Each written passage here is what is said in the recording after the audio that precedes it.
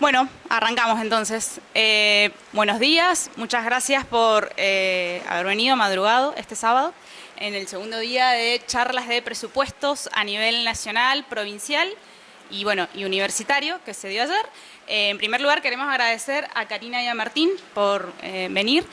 Ambos son miembros de sindicato del SUTE, de Trabajadoras de la Educación y de Casinos y Juegos y Casinos. Mi nombre es Mariana Isa, soy economista, integrante del Centro de Investigaciones en Economía Crítica. Mi compañero Lautaro, que ya se va a presentar él. Somos un grupo de economistas, sociólogos, que hacemos asesoramiento, investigaciones en materia económica, contable, financiera. Y bueno, a lo largo de nuestro trayecto hemos vinculado con cooperativas, movimientos feministas, sindicatos, funcionarias, legisladoras, legisladores provinciales, siempre aportando desde informes presupuestarios en materia económica, como bien digo, análisis de las paritarias, etcétera. Siempre desde una crítica al mainstream, a la economía que nos enseñan en las facultades, y en clave, siempre en una clave feminista y con una perspectiva de clase, abordamos nuestros informes y nuestra forma de ver la economía. Dicho esto, lo que nos convoca hoy es el presupuesto mendocino en debate, en donde vamos a pimponear un poco con Lautaro algunas asignaciones presupuestarias, partidas, lo que se viene, lo que pasó, y no lo que se va a venir, pero más o menos parecido de cómo estamos, me parece. Bien, nos encanta arrancar siempre, sobre qué es el presupuesto, este meme de que preconceptos de que la gente cree, no sé, amigas, amigos creen que son cálculos, no sé, econométricos o ni siquiera.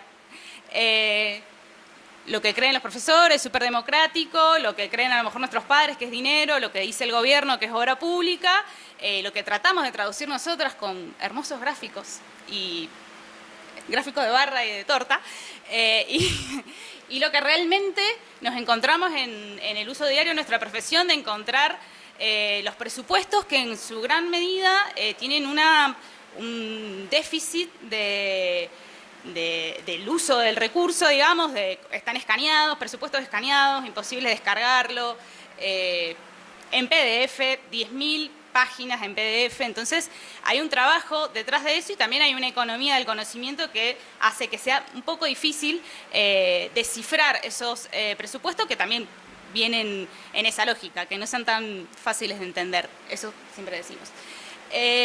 Y bueno, hace un tiempo a esta parte le venimos dando mucha importancia al presupuesto porque el presupuesto básicamente es la herramienta que tiene el gobierno nacional, provincial, municipal, para reflejar las políticas públicas que quieren llevar a cabo. Podemos ver que algún gobierno dice con palabras muy lindas un interés genuino de querer resolver algunas problemáticas sociales, pero si no se cuentan con los fondos suficientes, digamos, es en vano, digamos, si no hay dinero de por medio que pueda sustentar o resolver esos objetivos, las palabras se las lleva el viento.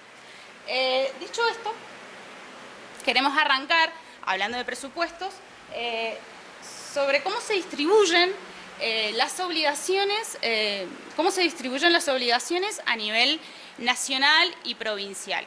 Este cuadro o este gráfico lo que permite, digamos, visibilizar es que dentro de la participación de las erogaciones, las provincias se llevan el 36%, digamos, de los recursos, se llevan al nivel nacional, se lleva el 36% de las provincias y el 8% de los municipios. Esto es un estudio de hace años, digamos, hasta el 2020 tenemos estos datos, más o menos se repite. Y en paralelo podemos observar las responsabilidades que tienen los gobiernos subnacionales.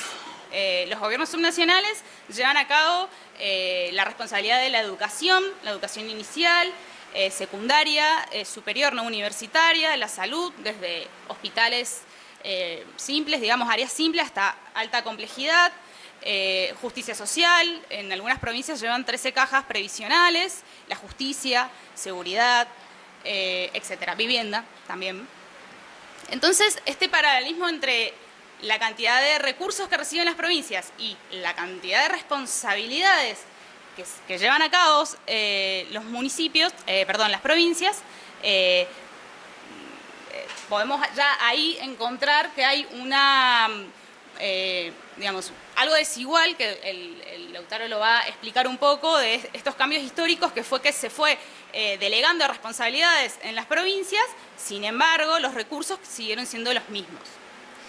Y en paralelo a estos derechos básicos, como es la educación, la salud, nos gusta vincularnos en esta charla y siempre en los debates que hacemos, con un concepto que se denomina sostenibilidad de la vida. Esta idea se pregunta sobre qué vidas queremos vivir, y la idea que tenemos, o la respuesta es tener vidas dignas, vivibles, humanas y dignas, y en ese sentido estos derechos básicos están súper asociados a esta sostenibilidad de la vida. Si nos ponemos a pensar, el gobierno provincial tiene que llevar a cabo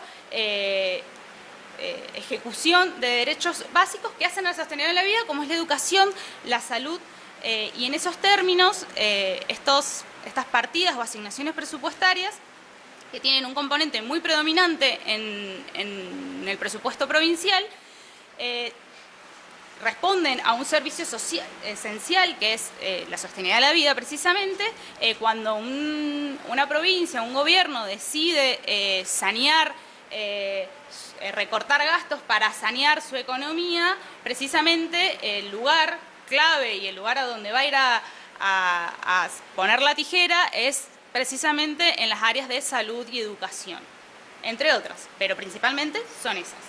Entonces, desde esta mirada, desde la mirada también federalista y feminista que siempre abordamos los presupuestos, entendemos que este ajuste no solo tiene que ver con esta sostenibilidad de la vida, sino que también este ajuste implica que a la mayoría de las mujeres, a la mayoría de las personas y de los trabajadores que trabajan en estas áreas son mujeres. Entonces, cuando hay un ajuste porque hay una merma en sus ingresos y precarización laboral, no solo porque el ajuste que decide poner en un gobierno X en estas asignaciones presupuestarias, sino que también viene de la mano con reducción de horarios, cierre de establecimientos de salud, eliminación de insumos para la salud, y quienes van a responder desde el lado oculto de la economía, del trabajo no remunerado, son las mujeres. Y en ese sentido siempre nos parece fundamental entender que hay un lado que no es visible, que no se ve en los presupuestos también, que es el trabajo no remunerado que realizan las mujeres, que se ven afectadas por doble ajuste, un ajuste en su merma de ingresos porque el Estado decide precarizarla, y también porque tiene que absorber esas responsabilidades en esa materia. También entender que el análisis de los presupuestos son fundamentales para entender la administración de los fondos públicos desde una perspectiva federal, en este sentido de que la administración de los recursos no está bien dada en Argentina, y también de que es una herramienta clave para poder visibilizar que hay elementos que son esenciales para el sostenimiento de la vida y que pueden llegar a ser y son un componente importante para cerrar las brechas de la desigualdad. Y bueno, ahora arrancamos con ya cosas más macros. Gracias, María. Bueno, buenos días. Entonces, bueno, lo que queríamos ver un poco ahora es en qué situación se encuentra Mendoza, teniendo en cuenta la importancia de los presupuestos, la relevancia que tiene analizarlos para la sostenibilidad de la vida. Y lo primero que cabe destacar es que Mendoza es una provincia de Argentina, es una provincia, o sea, es una economía de donde van a salir los recursos que capta el Estado para después reinvertirlos, redistribuirlos, salen de la economía, de la estructura productiva, y es una economía marginal dentro de un país dependiente o periférico, que es lo que estábamos charlando un poco ayer, con sus vaivenes de restricción de divisas y demás. Pero a su vez Mendoza tampoco está inserta en estos complejos más dinámicos de la actividad nacional, con lo cual también tiene algunas particularidades, y lo único que queremos traer a colación ahora es que se encuentran los principales complejos productivos de Mendoza en crisis o estancados económicamente desde hace varios años. Ante eso es relevante pensar cuáles son las políticas que se llevan a cabo a nivel provincial para intentar revertir esta situación.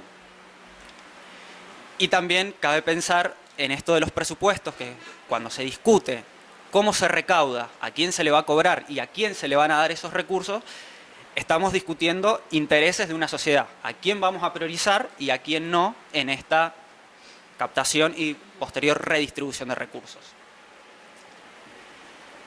Entonces, lo primero que vamos a ver es esta coyuntura, digamos, del presupuesto 2023 que fue aprobado.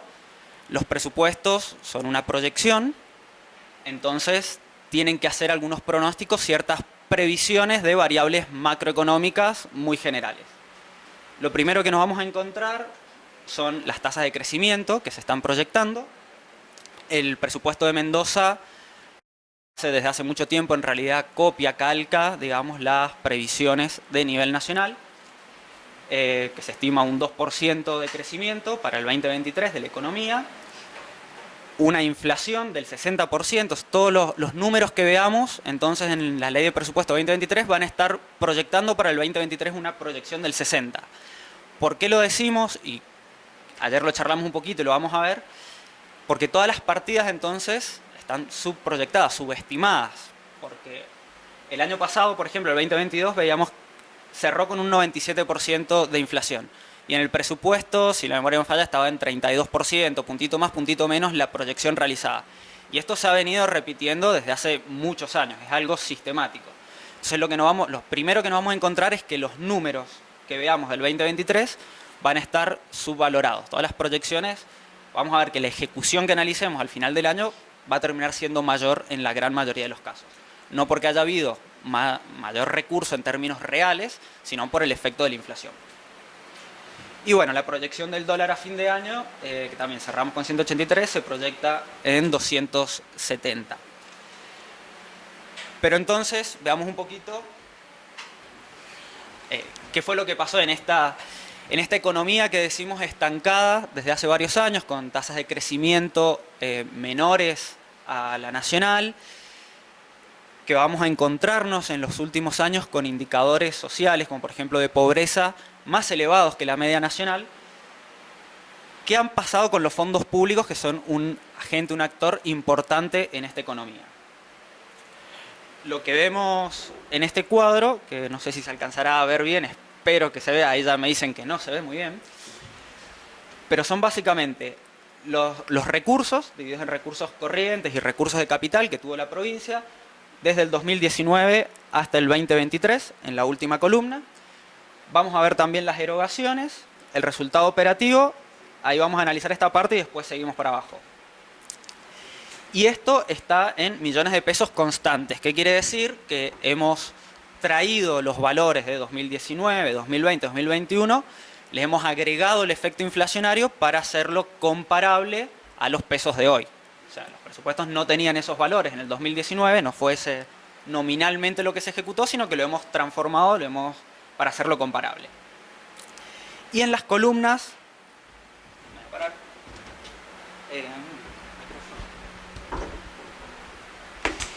Y en las dos últimas columnas tenemos la comparación porcentual de cada una de estas filas en términos reales también. A saber, fila 1, recursos corrientes de la provincia. Del 2022, lo que se terminó ejecutando en el 2022 fue un 120% más grande que lo del 2019. Y en la segunda columna vemos el 2023 versus el 19, que vamos a ver que cae. En parte también por esto de que hablábamos de que los recursos y las erogaciones están subvalorados por esto de la inflación tan baja. ¿Y qué nos llama la atención, digamos? ¿Qué queremos destacar de todos estos números que marean? Hay una cuestión que es fundamental y es la primera que salta a la vista y es el único objeto del gasto, el único rubro que hemos desagregado, y es la partida de personal. ¿Por qué hemos destacado la partida de personal? Porque así como vemos que los recursos corrientes en el 2022 fueron un 120% de lo del 2019, vemos que las erogaciones corrientes fueron un 96%, o sea que se disminuyeron, y vemos que la partida de personal fue un 89%. O sea, dentro de las erogaciones lo que más se ha recortado han sido personal. Traducido son los salarios estatales, la masa de salarios que se le paga a quienes sostienen estas actividades que veíamos, que explicaba Mariana recién. Y en esta columna que tenemos acá vemos el resultado operativo. Y a grosso modo, ¿qué nos vamos a encontrar? Que en el 2019 hubo un déficit de alrededor del 10% en el resultado operativo, que en el 2020, pleno auge de la pandemia, el año más grave de la pandemia, cuando cerró la economía y demás, cuando uno podría suponer que el Estado tiene que tomar un rol más protagónico, incidir más para apuntalar a la sociedad en este momento de crisis, se saneó la economía. Se llegó al equilibrio de ese déficit que estaba habiendo, hubo un recorte tal, a pesar de la merma de recursos, hubo un recorte tal que llegó al equilibrio, de hecho un pequeño superávit, que es lo que se va a seguir viendo en los años venideros. Entonces acá también vale la pena polemizar un poco con qué significa una economía sana, una economía saneada. Si es bueno o no tener superávit, porque efectivamente nos dicen desde el gobierno, el discurso es que se ha saneado la economía. Y está muy bien si uno ve los números, antes estábamos en rojo, ahora no, al menos en este operativo. Pero ¿qué está significando? Digamos, es esto, aún cuando había más necesidades sociales, se redujeron, se ajustó más desde el Estado. Esto en otros informes, que lo hemos visto ya desde el 2016 en realidad, en términos económicos, previo a la pandemia, también había una política, un discurso, una ideología que propone que si el Estado deja de participar, si el Estado deja de recaudar, deja de cobrarles impuestos a las empresas, estas van a invertir más. Eso es lo que lo leemos en los medios, digamos, no es que lo digamos nosotras y nosotros del Centro de Investigaciones, sino que es el discurso oficial. Y es lo que han hecho. Han habido políticas anuales de ir disminuyendo las recaudaciones sobre las empresas. Y lo que no se ha visto como contrapartida es este crecimiento. Eso vale la pena también mencionarlo. Pero a lo que vamos entonces, volviendo a los fondos públicos en concreto, es que sobre todo el año de la pandemia, con posterioridad, está habiendo superávit. ¿Y para qué nos dicen que es importante tener este superávit? ¿Por qué no puede invertir más el Estado en mejorar las escuelas, en mejorar los hospitales, en mejorar la prestación de justicia? Porque hay que pagar deuda. El objetivo de esta administración es ordenar las cuentas para poder cumplir los compromisos, pagar lo que se debe. Y esto es lo que nos interesa ver también muy brevemente. Decimos, ¿lo están pagando? ¿Están pagando esta deuda? En parte sí. Acá en este gráfico vemos la evolución del stock de deuda provincial, en términos reales también. Y vamos a ver un fuerte crecimiento años 2016, 17 con el techo en 2018, para una posterior caída. O sea, se está desendeudando la provincia. Eso es real también. ¿Sobre la base de qué? Sobre la base del fuerte ajuste que veíamos recién, principalmente, o sea, en servicios sociales, derechos sociales en general, particularmente en los salarios de las trabajadoras y los trabajadores. ¿Quiénes están pagando esa deuda? Son principalmente las trabajadoras y los trabajadores de la provincia de Mendoza. Entonces eso es importante tener en cuenta y nos parece relevante cuando salen a decir, bueno, estamos ordenando, no necesariamente están mintiendo, en el sentido de que han disminuido deuda, pero bueno, el problema es quién lo está pagando. Esa es la discusión que es importante dar y que queremos traer acá. Y otra cuestión importante, para no dejar de lado, es pensar un poco esta deuda, cuál fue el origen también. Y a grosso modo, vamos a ver que si bien deuda pública subprovincial y a nivel nacional también ha habido a lo largo de la historia argentina y mendocina, hay un núcleo duro de la deuda provincial que viene de la década de los 90, que nunca se pudo reducir aún. Si esta línea la llevásemos en el tiempo, vamos a ver un fuerte crecimiento en los 90, un proceso de desendeudamiento relativo entre 2003 y 2014, y en 2015 se revierte la tendencia y engancha acá, aumentando hasta el techo de 2018 y una posterior disminución.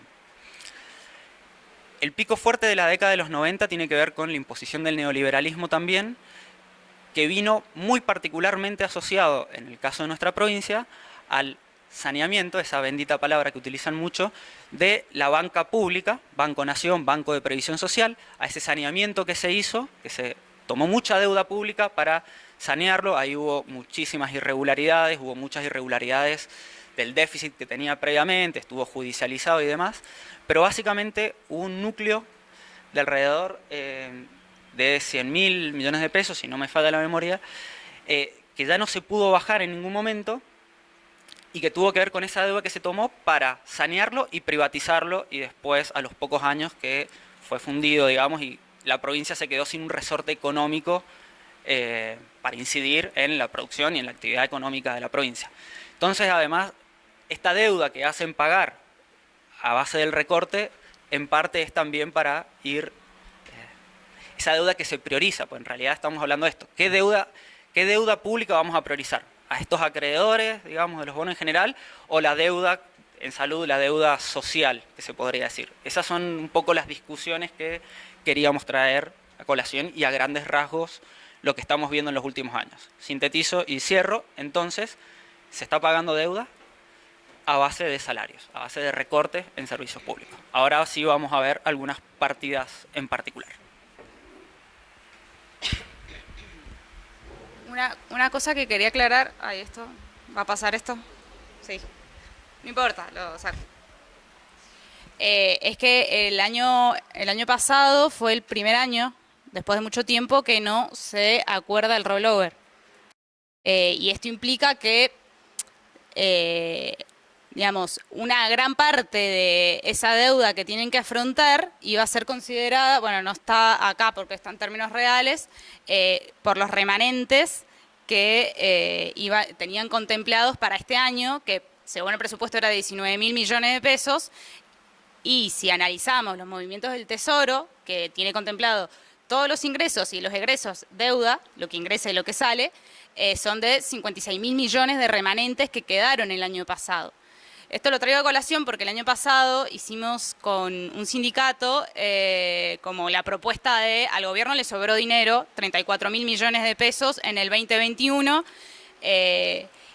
y el gobierno en su momento, por los movimientos del Tesoro, sale que tenía 34.000 millones de remanente del año pasado, cosas que no se ejecutaron, porque también lo que pasa es que se subejecuta, se subestima el presupuesto, se subejecuta, entonces sí te va a quedar un remanente. Y bueno, hicimos un informe donde el Estado tiene para sacar esto, para pagarle a los trabajadores del Estado.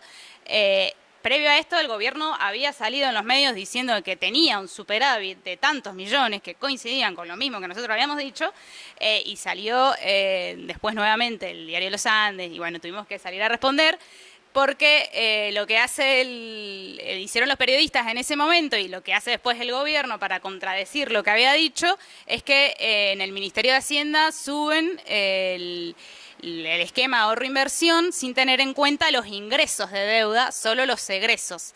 Entonces, obvio que se te achica la cantidad de dinero que decías que te había sobrado. Pero bueno, en conclusión, hay dinero, sobró, tampoco es que hay para tirar el techo, pero es la excusa perfecta para no aumentar. Bien, en línea con eso, con estas partidas... ¡Ay, esto te faltó!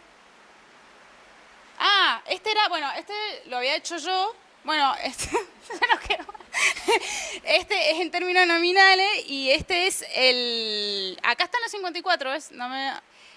Vieron que el 2020 el déficit superávit, claro, todas las flechitas verdes, son que, bueno, ha tenido superávit, ha cerrado con superávit el gobierno de la provincia. El 2023 es una proyección. Dice que le va a faltar los 19.000 millones, pero que se va a responder con los remanentes que ellos en el proyecto de presupuesto dicen que se va a cubrir. O sea, por eso no acudieron al rollover y que necesitaban la mayoría de, no sé cómo se dice, de la oposición especial para aprobar.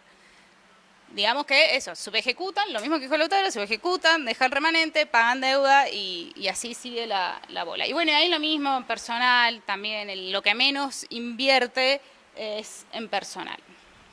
Bien, ahora las áreas arrancamos con las áreas de salud y educación. como bien dijimos, los grandes componentes del presupuesto son las áreas salud y educación. En el 2020, producto de la pandemia, cobró mucha relevancia las partidas que se destinaban a las áreas de salud, sumado a la ley de emergencia sanitaria, financiera, y que se prorrogó en el 2021 un año más. Uno podría suponer de que le habían dado mucha importancia a las partidas presupuestarias de salud, y este gráfico muestra la inversión sanitaria como porcentaje de las erogaciones totales que tiene la provincia. Efectivamente, en el 2020 tuvo un pico, tuvo un aumento en el porcentaje de la torta, digamos, en términos nominales y qué sé yo. Pero podemos ver que en el 2020 únicamente, porque después en el 2021 y así hasta la actualidad, decae en forma abrupta sin recuperar los años de porcentaje que tenía en la prepandemia. Entonces, fue ni siquiera una excusa, porque no había una excusa alguna para ajustar la partida de salud. Y también es importante, que somos muy frágiles de memoria, en el 2020 no hubo un aumento a los estatales, tampoco al área de salud. Pero sí hubo un aumento de redeterminación de precios a las empresas que pagaron, que estaban contratadas en el polo judicial, que ese año sí se terminó. No se terminó el Hospital de Luján de Cuyo, pero sí se terminó el polo judicial, y bueno, y la catarata de, no vamos a poner en discusión lo de la justicia, pero los centros de todo lo que es infraestructura de justicia y seguridad. Bien, entonces en estos términos, tenía anotado unos números que no me acuerdo, pero que no vienen al caso, tiene una abrupta caída. En el 2023 el 14,5 es una proyección porque es el presupuesto votado, todavía no se ejecuta, siempre se ejecuta un poco más porque siempre decimos el dinero que ponen no alcanza, es obvio, siempre se ejecuta un poco más por los pequeños aumentos paritarios que van a recibir. La evolución de la inversión sanitaria en términos reales. Si estos mismos datos tenemos en cuenta en términos reales, incluimos OSEP también por separado y el Ministerio de Salud, en relación al 2015, podemos ver que del 2015 al 2019, fue superando o fue como empardando con la inflación, pero luego en el 2020 desciende. El 85,3 desciende abruptamente y esto se debe, esta caída en términos reales, se produce porque, como dije anteriormente, no hubo aumento paritario y el principal componente del presupuesto de salud, como el de educación, es personal. Por eso cae, vuelve a subir, tiene un pequeño aumento en 2021, y el 2023 lo proyectado es mucho más bajo precisamente porque es proyectado. Bien. Algo similar pasa con las áreas de educación, la inversión educativa como porcentaje de las erogaciones totales, esto es lo mismo. Acá, ¿qué pasa? Otra cosa quería decir. Que acá va cayendo, esto quería decir que no está en el gráfico, el presupuesto en salud a partir de, digamos, el presupuesto del 2023 en términos reales, en relación al 2015 y el 2019, ha caído en términos porcentuales entre un 17 y 34%, no importan los porcentajes. ¿Esto qué significa? Que fuera de que va cayendo el presupuesto en términos reales, el presupuesto en total, es como que la salud se deja una parte más chica de una torta más pequeña, digamos. Cada vez se va achicando los gastos en estas áreas. Bien, el presupuesto de educación, ¿qué podemos ver? En primer lugar, que el presupuesto del 2023, que es el presupuesto provincial, es de 925.000 millones de pesos. El presupuesto de educación, si contemplamos la DGE, que es 165.000 millones, más otra parte que está fuera de DGE, que es infraestructura escolar, que son 4.000 millones. Todo este porcentaje significa que se ha achicado en términos del total en participación del presupuesto provincial. Eso en primer lugar, que representa el 18,4 frente al 19,5. Y bueno, y que ha ido cayendo, claramente, si contemplamos, nunca recuperó, por ejemplo, lo recibido en el 2015. También hay que decir que este señor Suárez es el gran ajustador de estas últimas gestiones, siempre. Ha sido, o sea, en términos números, es el gran ajustador. O sea, la pandemia fue la excusa perfecta para achicar, y de ahí en más nunca se va a poder, o sea, nunca no, pero no se pudo recuperar un aumento, se comieron una paritaria. Entonces nunca van, o sea, con los niveles inflacionarios, ¿cómo vamos a hacer para poder superar ese año? O sea, se comió un año una paritaria. Eso por un lado, y por otro lado, la ley 6.970, que establece la ley de financiamiento educativo, que como mínimo se tiene que invertir el 35% de las erogaciones totales provinciales. Entonces, no solo de que se achica el porcentaje de la torta de educación en el presupuesto total, sino que nunca, del 2015 hasta el 2023, ha respondido a este porcentaje, inclusive es casi la mitad del 35%. ¿Qué pasara si se cumpliera esta ley? Claramente se podría aumentar en primer lugar, salario, mantenimiento edilicio, nuevas escuelas y qué sé yo, etcétera. Bueno, esto más o menos lo mismo. Evolución de la inversión educativa en términos reales. También vuelve a caer en el 20, precisamente del 90 al 70%, por esto mismo, porque no hubo un aumento en paritarias ese año. Vuelve a subir levemente, pero sin recuperar. El 84 subió en el 2022, pero sin recuperar ni siquiera los años previos a la pandemia. Bien, este es un mapita que hace el Ministerio de Educación, que es el índice de salario educativo, que es el salario bruto de una maestra con 10 años de antigüedad, lo que cobró en diciembre del 2022. Acá es importante entender de que, bueno, Mendoza siempre en los índices se encuentra en las provincias del noreste, o sea, que son las típicas provincias pobres.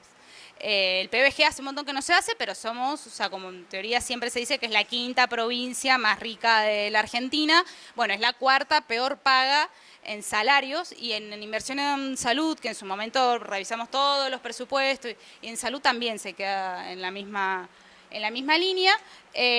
Mendoza es la cuarta provincia peor paga, entre ellas está, bueno, Jujuy, La Rioja, Catamarca, está mejor que Jujuy, peor que La Rioja, para compararnos, y bueno, medio alejado del promedio, bastante alejado del promedio, y también es la peor de la región de Cuyo, que eso es un dato que el año pasado también salió mucho en estas comparaciones de, bueno, no tanto en educación, pero sí en salud. No sé si recuerdan de que, bueno, un médico mendocino, alguien de San Luis gana 4 veces más que un médico, bueno, es lo mismo, somos los peores pagos, digamos, en comparación, no solo a nivel nacional, sino en la región.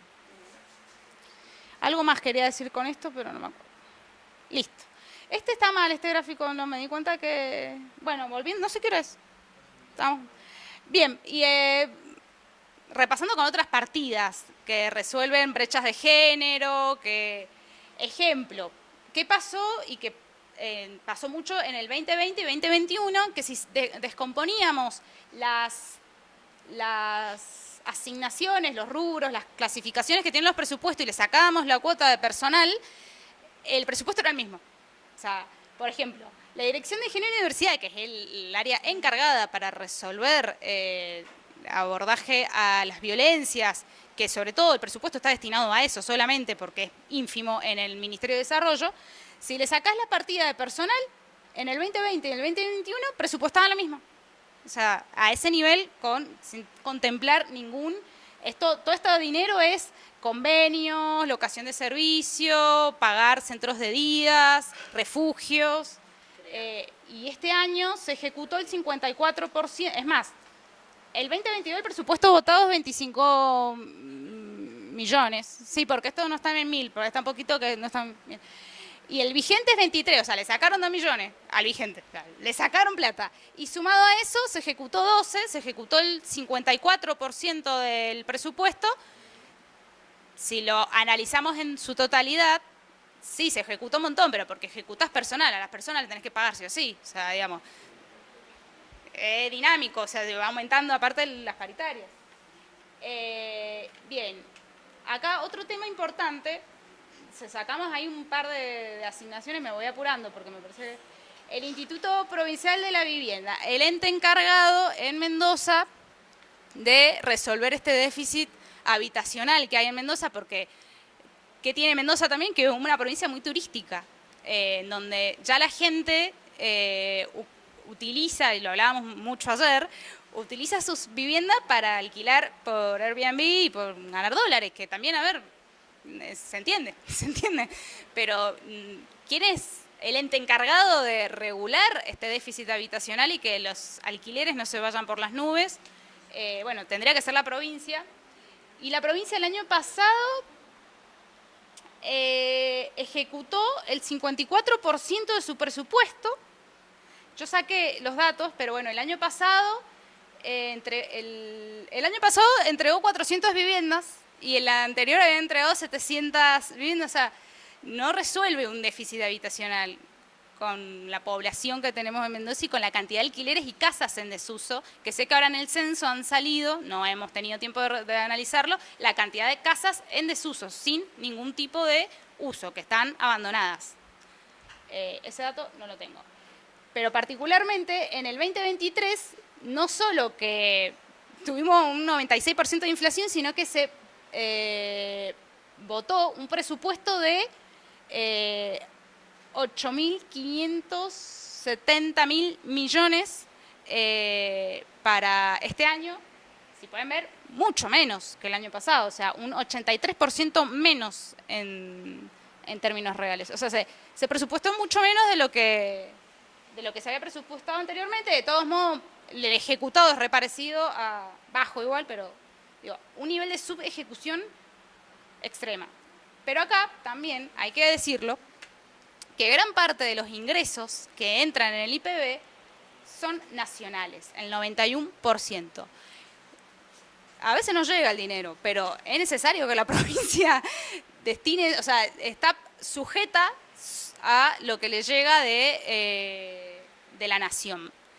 Y también, hay que decirlo, no sé, mala administración o este negocio que hacen con las empresas constructoras y la posibilidad de acceder a una casa de IPB, no sé, por ejemplo, te llaman y te piden que en 2 semanas, si te gustó el departamento chiquitísimo y que no sé qué, tenés que entregar 3 millones, a mí me llamaron, lo digo porque en 2 semanas 3 millones, tenés que entregar 3 millones en 2 semanas, que era un montón el año pasado, imagínate ahora debe ser 6 mínimo. Fíjate cómo haces, pero en 2 semanas tenés que resolver esto y después, bueno, pagás en 20 años tasas con el nivel de sueldo que tenemos ridículas. Entonces, creo que como política habitacional son nulos y encima nada, no se les cae una, voy a decirlo así, no se les cae una porque la forma en cómo está implementado el programa es pésima, o sea, no hacen ninguna evaluación económica, yo me inscribí, me van a llamar, listo, no hacen ninguna evaluación, no saben si trabajo o no trabajo, si tengo, a diferencia de lo que es el Procrear, que sí fue una política, y es una política bastante más eficiente, en términos no solo de poder acceder a esa vivienda, sino también de mínimo hacer un análisis de estudio económico a la persona. Poder judicial.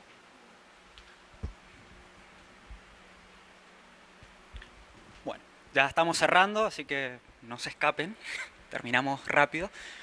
La última partida específica que queríamos analizar es dar algunos datos, refieren al Poder Judicial, están acá compas. Y básicamente, ¿qué vamos a mostrar? En el cuadro de arriba vemos la evolución en términos reales de las partidas destinadas al Poder Judicial y a personal dentro del Poder Judicial. La base tomada fue 2015, igual a 100. Vemos que en realidad hasta el 2018 aumentó en términos reales lo destinado al Poder Judicial, 4%, o sea, sí, un 4% más alto la partida general, un 2% más elevada la partida de personal. El 2020, como decía Mariana, fue la excusa para recortar muy fuerte, algo que posteriormente nunca se alcanzó a recuperar del todo. Y no solo eso, sino que ya las partidas de personales, los años que cayó más que los montos destinados a toda la jurisdicción. Y acá abajo tenemos un cuadrito con la cantidad de cargos dentro del Poder Judicial, que vemos que también se fue creciendo en realidad. El techo fue en 2018, llegó a 5.300 personas, 5.305, y que ahora en el 2023 está en 5.072 cargos en el Poder Judicial.